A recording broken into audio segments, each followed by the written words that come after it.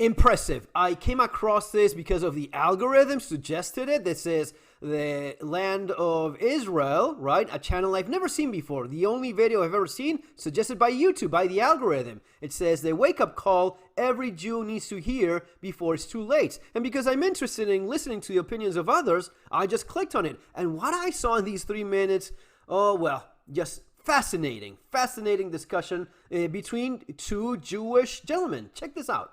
It says Haman was successful, a better prophet than 70 prophets. The prophets of Israel came to the Jews, telling them to cease their evil ways, to return to God, and they weren't listening. Right.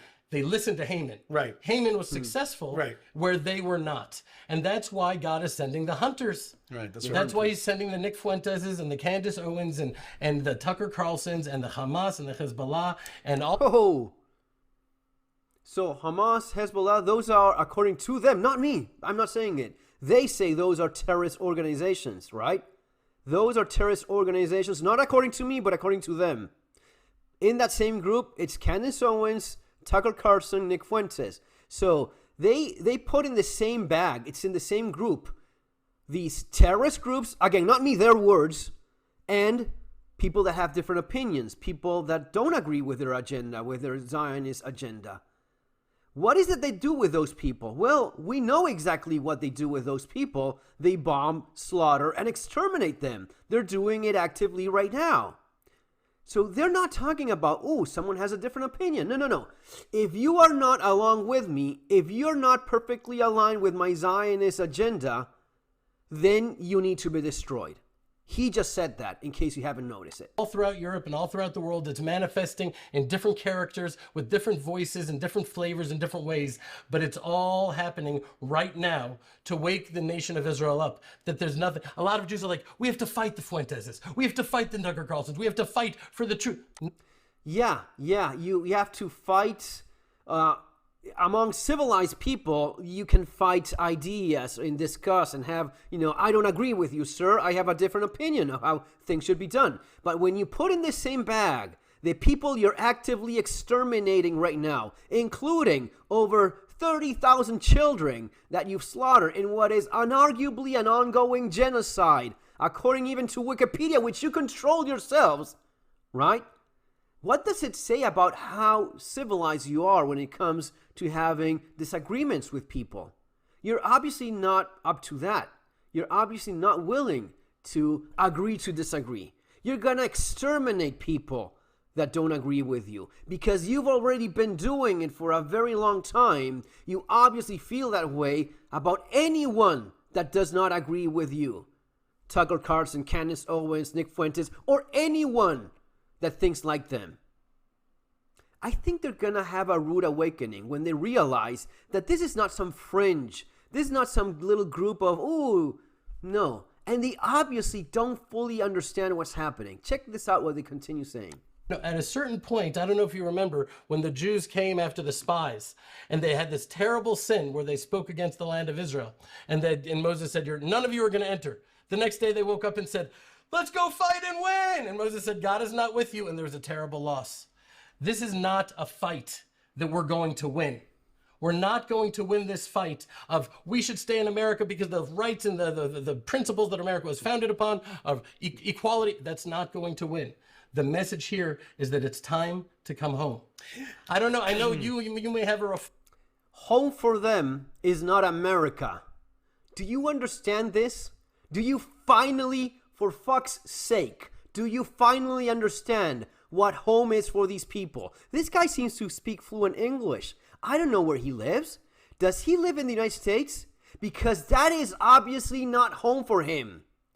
He is saying it. Again, it's not me. These two gentlemen are saying that's not home for them. I don't know where they were born. I don't know where they live. I assume they live because of how they're talking. I assume they live in the United States. It is not home for them. They don't consider your country their home, even if they've been born there.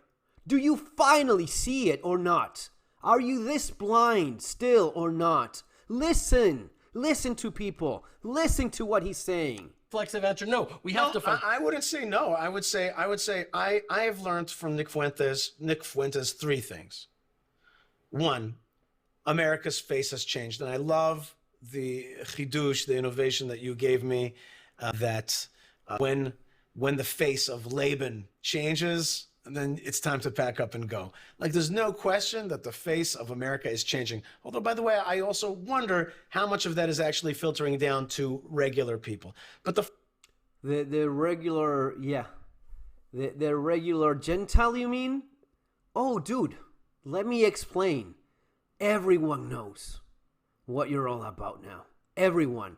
It is only the most moronic idiot that could still have any doubt about everything that you just said, about how anyone that doesn't agree with you is a terrorist, about how you feel about the country you live in and if that is your home or not, where your loyalty lies, how you obviously feel about siphoning and bleeding this country in which you are, well, basically using to benefit your homeland. Again, your words, not mine. Only the most moronic idiot can still have any doubts about what's going on here. Yes, everyone sees it now. It wasn't like this a couple years ago. It wasn't like this a year ago. Today, no one has any doubt about what you're doing, where your loyalty lies, and what you're doing. First question is, the first issue that he's brought up is come home to the land. By the way, when I speak to people, I don't tell them make aliyah, come to the land of Israel. I say buy an apartment. Take a step. Oh no, make aliyah and go there.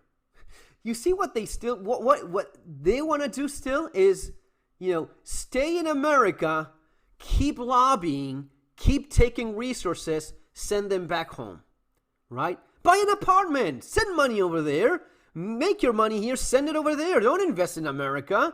Don't make America great again. Send it over there. Come on. And you wonder if people really realize what's going on or not. Yes, even an idiot sees what's going on here, right? Don't leave. Stay here. Send money over there. And you know what? I heard that and I respected it. But now that the winds are shifting and changing, this is the time where you say, pack a bag, right? Pack a bag and get a one-way ticket, right? Because this is not about. I agree. Your loyalty is over there. Go over there. If my loyalty is so strong about another country, and especially if I'm taking resources away from my host country, right? If I'm a host in another country and I feel that my duty is to benefit my homeland by taking resources and sending them over there, the fair thing, the decent thing to do is pack your bags and go back home. Go back home, sir. Go back home, right? It is not fair to do what you're doing.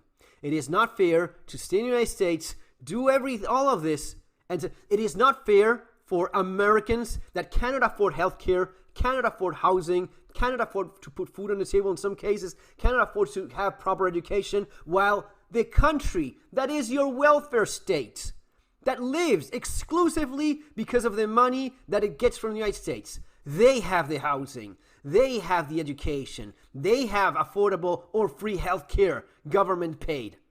What, but you don't have it in your own country, man? But the welfare state that you support, that lives exclusively because of your money, they can have it? That's not fair. That is not right. It is not right. Not only do you have affordable housing, you have so much housing, you're building it in illegal settlements. That's how much housing you have. And you're telling Americans to go buy apartments in Israel? No. Just go over there. Thrive, be happy, be successful. Maybe stop attacking your neighbors. That's the civilized thing to do. But you definitely should go over there. I wish you nothing but the best. But go back to your country. Go back home. Theology or the ingathering of the exiles. This is about pikuach nefesh, saving a life. Because right now, the foundations are being laid that if there's a black swan event, some event happens in the world that is catastrophic and the gates are shut, it will be like that before it is weaponized and it turns against the Jews in a way that is dizzying. And I hate the fact that I need to say it, because I don't want to be an alarmist. And I think it's beneath the dignity of Israel for Jews to flee to the Holy Land. Well, it is beneath the dignity to go to your own country? What are you talking about? It is beneath the dignity. It's beneath the dignity to stay leeching out of a country that you don't consider your home. You're just lobbying. You're just pulling strings. That's beneath the dignity. not going back to your country. And the other gentleman agrees with me. Listen to what he says. It's not beneath the dignity, because that's what Israel's been for a long time, is in a way a refuge. I don't think it's beneath the dignity, but I get your point.